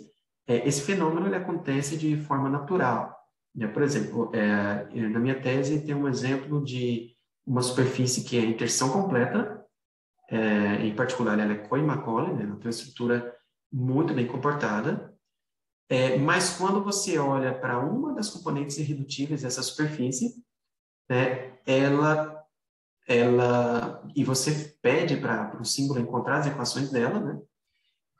Você vai ter uma coisa assim, aparece uma superfície genericamente reduzida.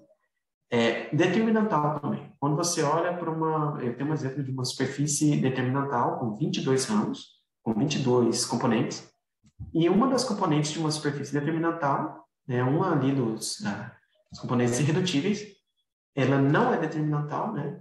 E é uma coisa desse tipo, né? É uma coisa aí, na origem você tem ali um ponto não reduzido. Mas como que poderia ser determinantal? Né? Quando você faz a interseção de todas as variedades, você está fazendo a interseção, quando você faz a união de todas as variedades, na verdade o que você está fazendo é uma interseção dos ideais, né, na geometria algébrica, e aí essa componente ela desaparece no ideal grandão, no ideal da interseção de todas as componentes. Mas em uma componente separada, né, ela está ali presente, você não consegue se livrar dela. Bom, mas era apenas uma parte motivacional, né, porque o estudo desses objetos é importante, né? E aí a gente considera, então, uma família, um germe de superfície complexa, dimensão 2, né? E daí, essa minha superfície, ela tem dimensão 2, né? Ela não, dimensão pura 2 significa não ter todas as componentes irredutíveis têm dimensão 2. Eu não teria, por exemplo, uma reta ali passando pela origem como componente irredutível. E a outra hipótese que eu vou pedir é que o conjunto singular seja suave, né? E de dimensão 1. Ou ainda um caso mais atípico aí, né? Um caso mais patológico, né? A minha superfície também poderia ter singularidade isolada. Então, ou singularidade isolada, ou se o conjunto singular é uma curva, né? Que essa curva seja suave. E aí a gente diz que essa superfície X ela é uma família de curvas genericamente reduzidas, né, se elas satisfazem essas condições acima, né? E essa projeção P é uma projeção plana. Projeção plana significa que, né, todas as fibras ali vão ter dimensão 1, uma dimensão apropriada a 1, né? Só para a gente ter aí, de fato, uma família de curvas, né? Não uma família aí de objetos que variam de dimensão. E aí, mais uma condição técnica, né? Eu já estou terminando as condições técnicas para a gente entrar na ideia. Vou pedir a existência de uma seção e vou pedir também que fora da seção, né? Fora ali do meu espaço de parâmetros, eu não tenho mais singularidades. Todas as singularidades eles sejam contidas ali no espaço de parâmetros, né? Que seria a origem, né? De cada fibra. Muito bem. Então, duas observações, né? Quando a superfície ela não é Cohen-Macaulay, e se você não sabe o que é Cohen-Macaulay é uma propriedade que pode, de uma variedade, né? Se a gente pensar, então, no anel local na variedade, você tem uma variedade, você pode associar um anel local. Como é que a gente define Cohen-Macaulay? Você vai olhar para a dimensão da sua variedade e vai olhar para a profundidade do anel. A profundidade do anel é um outro conceito. Então, esses dois invariantes, eles têm que ser o mesmo, né? Quando eles são o mesmo, a gente diz que é Cohen-Macaulay. Então, quando a superfície é Cohen-Macaulay, né, na origem, uma projeção genérica, né, vai fazer, né, que a X seja aí uma família de curvas reduzidas. Agora, quando você tira a hipótese de Cohen-Macaulay, então a fibra especial X0 ela sempre vai ter uma componente mergulhada. Ela sempre vai ter aquele pontinho gordo lá, né? Vai ter ali uma estrutura não reduzida na origem. Então, trabalhar com superfícies que não sejam Cohen-Macaulay, essas superfícies aparecem em vários contextos, né? Em teoria de singularidades. E aí, às vezes, você quer fatiar essa superfície, né? E estudar ali as fibras, e você sempre vai ter esse problema que a fibra especial ela vai ter aí uma componente mergulhada. Isso aí é um resultado muito fácil de demonstrar, né? Com ferramentas básicas aí da teoria de Cohen-Macaulay. Era só um comentário. Então, é sempre bom dar um exemplo, né? Do que está acontecendo. Então, aqui eu dei um exemplo. Eu peguei uma parametrização, né? Uma superfície em C4 parametrizada. O meu parâmetro vai ser U e T. Você pode pensar que essa superfície é uma cúspide. Se a gente colocar T igual a zero aqui, né? T é o parâmetro da deformação, eu tenho a cúspide, o 2, o 3, 0. Então, quando eu deformo, eu vou colocar um T1 na primeira coordenada e vou colocar um T na última. Né? Aí eu vou ter uma superfície, né? Em C4, eu não consigo desenhar ela aqui. E aí eu quero olhar para as equações reduzidas da minha superfície. E aí você usa o singular, encontra 4 equações, essas 4 equações. E aí você projeta no último, na última coordenada, no último eixo coordenado de C4, que aí coincidiria ali com o nosso T. E aí você tem, então, uma família de curvas. Então, quando a gente faz T igual a 0 nesse ideal, você tem a cúspide, né, Z2 menos Y3. Se você olhar aqui na parametrização Z2 menos Y3, a gente está trabalhando com Y e Z aqui, a cúspide está no plano YZ. Então, de fato, a gente deveria esperar isso, né? E você encontra outras 3 equações que vão te dar ali o ponto gordo, né? Vai te dar ali a componente mergulhada na origem. Mas a fibra genérica, né, que é a fibra ali no ponto T diferente de 0, ela vai ser reduzida, você não vai ter problemas. E dá para mostrar que sempre na fibra genérica a gente não tem problemas. Bom, muito bem. Então, esse é o significado aí de família para mim, certo? Esse é o significado de família. Bom, então o que seria aí? Tudo bem, então família seria família de curvas genericamente reduzidas. Então, o que seria então agora a noção de equissingular, né? Então, nós temos que olhar então para uma condição de equissingularidade para o nosso problema. Qual seria a condição apropriada? Então, a gente tem ali uma família, um parâmetro de curvas, né? E nós temos aí na literatura algumas noções de equissingularidade. Nós temos a trivialidade topológica, a Whitney equissingularidade e a Beliebs equissingularidade. Então, a equissingularidade essencialmente, aí, a grosso modo, você quer descobrir, né, qual que é a ideia da equissingularidade. Vamos pegar aqui a família de curvas, essa, por exemplo. Você olha aqui para a fibra especial, né, no nível 0, você tem a cúspide, e no nível T diferente de 0, você tem esse lacinho aqui, né? Você tem essa singularidade de Morse na origem. Então, a ideia da equissingularidade é você dizer quão parecidos são essas curvas. A curva especial no nível T igual a 0 e a curva no nível T diferente de 0. Será que essas singularidades são a mesma, né? E aí, para dizer que elas são a mesma, você precisa dar algum critério, né? Qual que é, digamos, a palavra equi vem de igual, né? Então, qual é igual, de que forma essas singularidades se parecem, né? Será que elas são de fato iguais? Então, para dizer se elas são iguais ou não, né? Se você tem ali uma igualdade de singularidades, né? São parecidas ao longo do espaço de parâmetros, você aí tem a teoria de equissingularidades. Né? Essa aí é uma noção, digamos, intuitiva, né? E aí, 3 noções clássicas são essas, né? A trivialidade topológica, a Whitney equissingularidade e a Beliebs equissingularidade. Nós temos que a Beliebs, a Whitney é mais forte que a trivialidade topológica, e nós temos que a Beliebs é mais forte que a Whitney, né? E as outras direções não são verdadeiras, né? Não ocorrem. Muito bem. Então, o que seria aí trivialidade topológica? Bom, a trivialidade topológica, né? Você vai olhar para a sua superfície X e você vai olhar para a fibra especial X0 e vai montar um produto cartesiano com os espaços de parâmetros. E aí a gente diz que a sua superfície X é topologicamente trivial se existe um homeomorfismo que leva a X nesse produto cartesiano, X0 com T, né?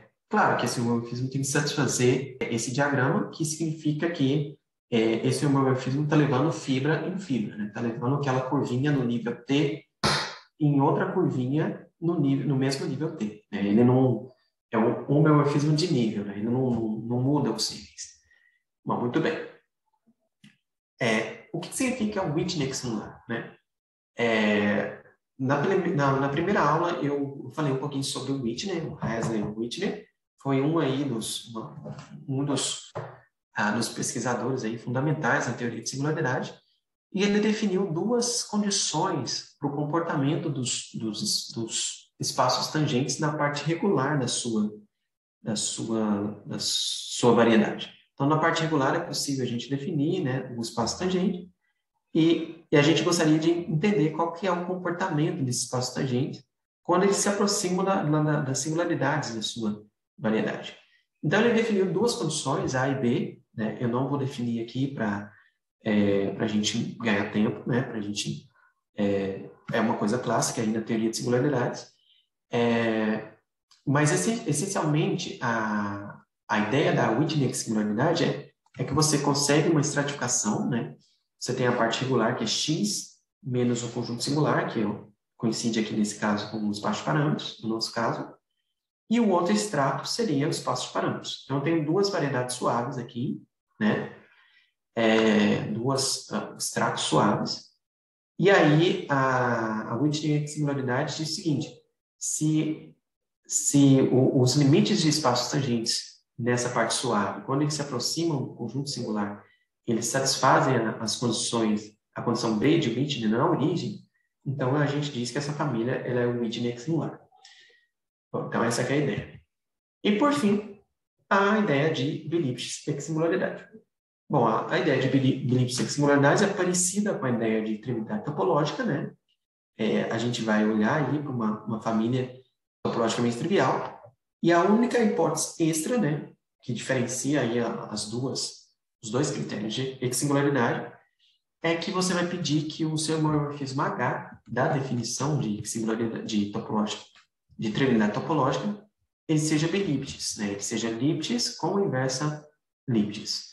E aí você está pedindo aí com a métrica do ambiente, né? Mas existem outras métricas, existem outros autores que trabalham aí também com a métrica induzida, a métrica interna da curva, algumas outras métricas. Mas no nosso caso seria a métrica induzida no ambiente sempre.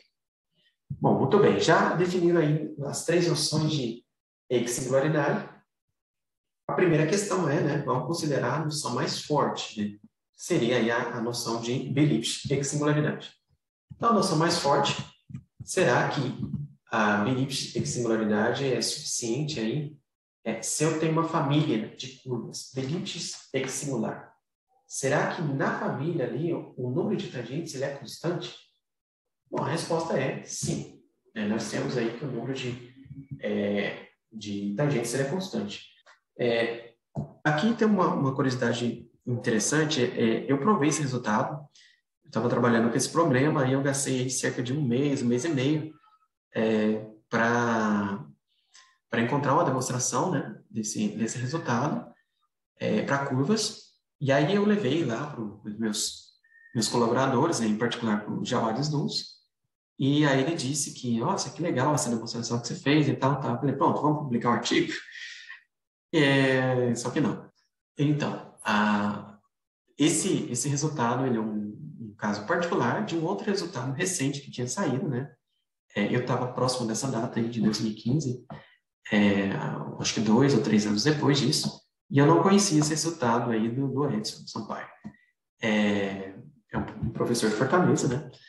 E ele diz que se você tem um homomorfismo Beliebige entre dois conjuntos subanalíticos, então os seus cones tangentes são Beliebige homeomorfos.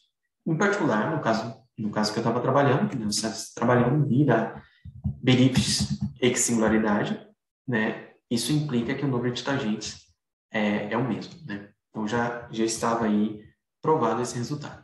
Mas tudo bem, né? Na pesquisa, às vezes essas coisas acontecem, a gente prova, dá uma outra demonstração de algo que já existe, mas é sempre bom a gente fazer aí o estudo do estado da arte, né? Ver o que já tem pronto sobre o assunto que a gente está trabalhando. Bom, então, como a Beliebige singularidade era algo muito forte, já conhecido, né? O segundo passo foi pensar, então, na Wittig singularidade, né? Será que a Wittig singularidade seria aqui o segundo nível ali, né? Mais forte? Será que ela era suficiente para controlar o número de tangentes na família, né? Será que se a minha família for Wittig singular, o número de tangentes ele vai ser constante? E a resposta é não. Bom, aí foi mais 1 ou 2 meses aí para tentar provar isso e achar um contra-exemplo da minha prova, né? Tentando cobrir uma lacuna da minha prova, uma parte lá que não estava bem explicada, eu consegui construir um contra-exemplo, né? O contra-exemplo é esse, é uma superfície com duas componentes irredutíveis, x1 e x2, parametrizadas aí por N1 e N2. A N1 ela é um produto, né? Ela está estática, que é a mesma curva para todo T, e o que eu fiz foi mudar, deformar aí a segunda superfície, né? É possível mostrar que essa superfície é Witten equissingular e, consequentemente, então, topologicamente trivial. Nós conseguimos mostrar que ela tinha duas tangentes para T diferente de zero, mas para T igual a zero, na linha fibra especial, nós tínhamos apenas uma tangente, né? E essa superfície é Cohen-Macaulay, né? Mesmo aí colocando a hipótese de Cohen-Macaulay, né? A gente nós acreditamos aí a princípio que o ponto gordo ele tinha ali alguma interferência, mas não. Isso aí era um fenômeno que não tinha interferência aí da propriedade de Cohen-Macaulay. Bom, e aí você pode ou desistir de algum outro problema para pesquisar, ou você pode ter uma outra ideia, uma outra abordagem para o problema. Então, esse exemplo também dá um contra-exemplo para a trivialidade topológica, já que ele também é topologicamente trivial. Então, para a trivialidade topológica, isso não é suficiente para o número de tangentes. A Witten singularidade também não é suficiente para garantir aí que o número de tangentes seja constante. A Benítez é suficiente, mas isso já é algo conhecido, né? Já não vale a pena você publicar um resultado de algo que já seja conhecido, talvez você nem publique. E aí, a ideia foi, então, pegar aí o nível mais alto que a gente poderia, né? Abaixo da Benítez, que seria a Witten singularidade, e colocar alguma condição, algum invariante adicional aí, para de fato controlar aí o número de tangentes, né? Para que o número de tangentes aí seja constante. Então, aí, naturalmente, depois dessa busca de condições de singularidades apropriadas para o problema de número de tangentes numa família singular, nós vemos aí com a terceira parte aí do trabalho, né?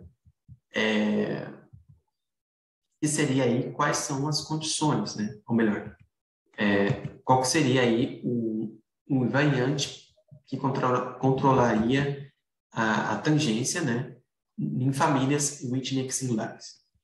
Né? Aqui tem um resuminho, né? Então, eu já falei o que é uma família, já falei o que significa a exsingularidade, né? E já falei aí qual seria aí o contexto aí do problema. Então, a terceira e última parte, né, do trabalho, depois de fixado aí já o setting, né, já o que a gente vai trabalhar, vamos trabalhar com famílias de curvas que tenham a propriedade de serem Witten singular, e nós queremos desenvolver um invariante neste contexto para controlar a tangência. E aí, a gente esbarrou aí com um objeto que foi muito necessário para fazer esse estudo, que é um dos cones de Witten, né? No começo aí dessa exposição, eu falei sobre cone tangente. Em particular, ele é o C3 na lista dos cones de Witten. E aí nós precisamos aí estudar o cone C5, né, da lista de Witten. O que é o cone C5, né? Qual que é a definição?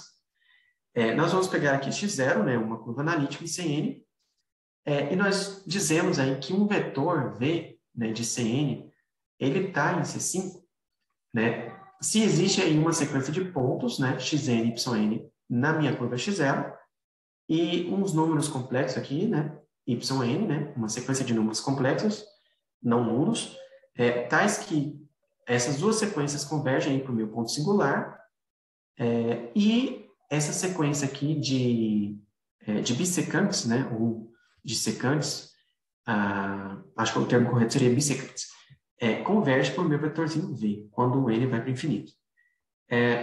como vocês notaram, eu gosto de imagens, então talvez seria interessante ver isso acontecendo numa imagem. Então, você tem aí a sua curva, você tem a sua sequência xn, você tem uma sequência yn, você traça as secantes, né, ou as bissecantes, passando por esses dois pontos aí, das duas sequências, e aí você vê que o limite dessas bissecantes é aquele vetorzinho v.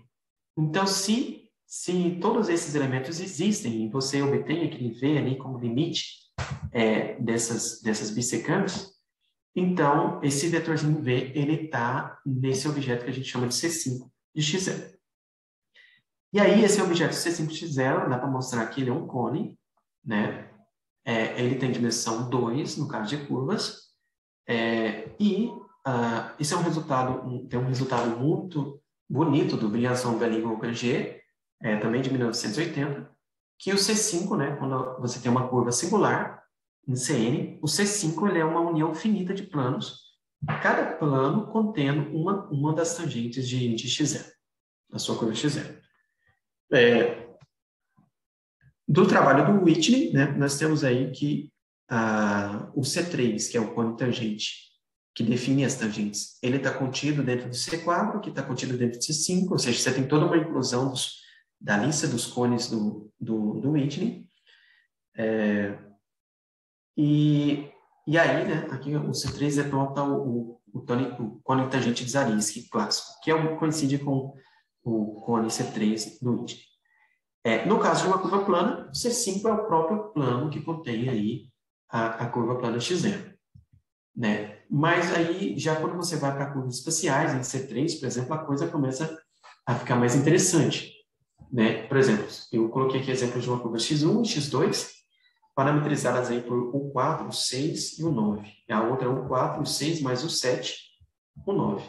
Então, você pode perceber que para a primeira curva você tem dois planos. O cone C5 é dado por zero de YZ, enquanto que o cone C5 do segundo exemplo, aí, da segunda curva, é apenas um plano dado aí por V de Z. Tudo bem.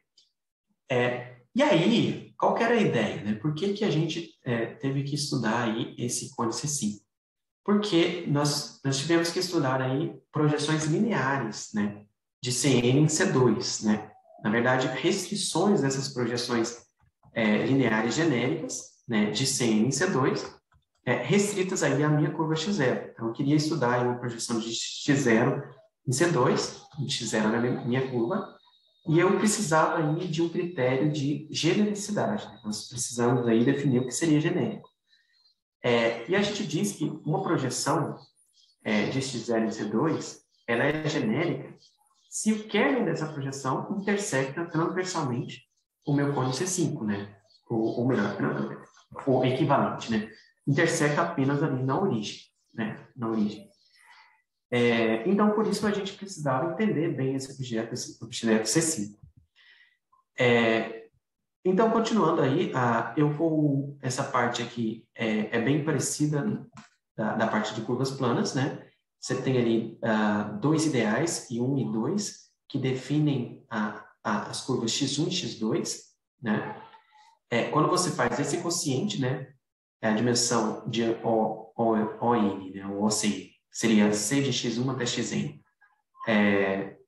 pelo ideal gerado por I1 mais I2, né? Você tem um número chamado de número de interseção, que ele é finito se essas duas curvas só se encontram na origem, só tem um ponto em comum. Mas esse não tem nenhum tipo de interpretação como uma multiplicidade de interseção. Ele coincide com a multiplicidade de interseção no caso de curvas planas, mas quando você vai para o contexto de curvas espaciais, ele já não tem mais aquela propriedade de medir contato. Você já não consegue medir contato com esse número, apenas aí em caso de curvas planas. Bom, então tem esse invariante aí também, nesse número que a gente vai usar. E aí, finalmente, eu vou apresentar aí o invariante S. Costumo brincar, né, que o S é de Snoops, né? Aí, quando o George está dando palestra, ele fala que o S é de Silva. Bom, tudo bem, não importa. Então, a gente construiu um invariante S para controlar o número de tangentes, e ele é dado da seguinte forma, né? Você tem ali uma curva x0 é dada como uma união de duas curvas, x1 e x2, né? Então, você olha para a projeção genérica dessa curva com dois ramos, né? E aí, isso vai ser uma curva que a gente vai chamar de π de x0, né? Ou melhor, a π de x0 nós vamos chamar de x0'. E aí, a x0', ela vai ter dois ramos também. Vão ser dois ramos de curvas planas, né? E como é que a gente define o invariante S? Nós vamos definir o invariante S justamente como sendo o contato da x0'1 e da x0'2. O contato aí é a multiplicidade de interseção que nós definimos aí no nosso curso, né, para curvas planas. E aí, quando eu tenho mais... Aqui um desenho, né, que fala mais do que 1000 palavras, né? Você tem a curva verde, a curva azul, né? São os dois ramos da minha curva x0. Você projeta em C2, agora você tem uma curva plana, e aí você mede o contato entre a curva azul e a curva verde. Esse, então, é o invariante S da curva x0. E quando você tem mais de dois ramos, você tem vários ramos, você faz isso 2 a 2, né? Você pega dois ramos, 2 a 2, né? E faz essa conta e soma todos esses valores. Então, você vai ter um único número, não é uma sequência de números, é a soma de todos esses números, e aí a soma de todos esses contatos é o nosso invariante S0. Bom, quando a curva é genericamente reduzida, não tem problema, a gente projeta em C2 e toma aí a estrutura reduzida apropriada, correspondente. Bom, e aí o principal resultado, né, para a gente terminar a nossa aula de hoje, nós mostramos que o invariante S ele tem boas propriedades para controlar a tangência, né? Você tem ali alguma relação ali com as multiplicidades e você pode relacionar o invariante esse de x0 com o produto das multiplicidades, se somente se os ramos x0i e x0j não têm aí a mesma tangente. Então, com essa proposição aqui, a gente conseguiu ali relacionar o invariante S de uma curva com a propriedade de você ter ali uma mudança no número de tangentes. E aí, o resultado, né, o Jawad Nussi e o Arthur Guinness Flores, que é o seguinte, né, quando você tem ali uma família de curvas Wittig singular, né, se o S de xt ele é constante, então o número de tangentes também é constante. A volta não vale, né? Se você tem ali a volta no sentido de se você tem o S constante e o número de tangentes constante, não necessariamente vai ser o Wittig singular. Então, a gente só provou numa direção mesmo. Você não tem um si somente sim. Bom, então aí para resumir aí a nossa história, né, nosso probleminha, nós temos aí de novo um resumo aí dessa parte. Qual que seria a condição que a gente colocaria ali na Wittig singularidade? A gente vai colocar, então, o S, a constância do invariante S ao longo das fibras. Aqui um exemplo, né, para mostrar que a beliebige singularidade, é fácil mostrar que ela implica essa condição aí, a Wittig singularidade mais o invariante S, mas para mostrar que o nosso resultado não é equivalente ao resultado já provado pelo Edson, que era algo mais fino, né? A gente tem que fazer isso. Aqui está um exemplo para mostrar que Wittig singularidade mais o invariante S não implica a beliebige singularidade. Então, nós temos aí, de fato, algo mais fino. Então, é o exemplo o 4, o 6 vai ter o 7, o 9, esse é um dos ramos, e o outro ramo é um plano, né? O plano UT, nessas coordenadas aqui. Então, a gente consegue mostrar que é um Wittig singular, tranquilo, o S ele é constante, e, portanto, pelo teorema, o número de tangentes é constante, mas essa família não é beliebige singular. E aí, umas últimas observações desse trabalho, né? Quais são as consequências, né, desses resultados. É um trabalho aí que eu tenho em parceria com o professor Aldice Miranda, da Universidade Federal de Uberlândia. Nós desenvolvemos aí um algoritmo no computador, né, para calcular o cone C5 de uma curva. Está em progresso ainda, eu espero estar disponível aí algum software talvez um símbolo em breve, e a publicação também desse algoritmo. E nós também achamos uma cota para o número de componentes C5 de uma curva, né? Achamos aí mais de uma cota, né? Por exemplo, se x0 for irredutível, então o número de planos do cone C5, né? Ele é menor que a multiplicidade da x0 menos 1. Né? Tem outras cotas que nós encontramos que são mais eficientes, mas essas aí são algumas consequências nesse trabalho aí do número de tangências. O caso de superfície com singularidades isoladas, sabemos pouca coisa, é um trabalho em progresso ainda. E aqui tem outro fenômeno, que é a existência das tangentes excepcionais, né? Que é um outro objeto que a gente precisa tratar aí no caso das superfícies. E, finalmente, né, uma última curiosidade aí, é possível definir uma invariante S sem usar a projeção, né? Nós mostramos isso depois, usando aí apenas a parametrização. Bom, então, é isso que eu queria falar para vocês hoje. Eu acho que vou parar por aqui.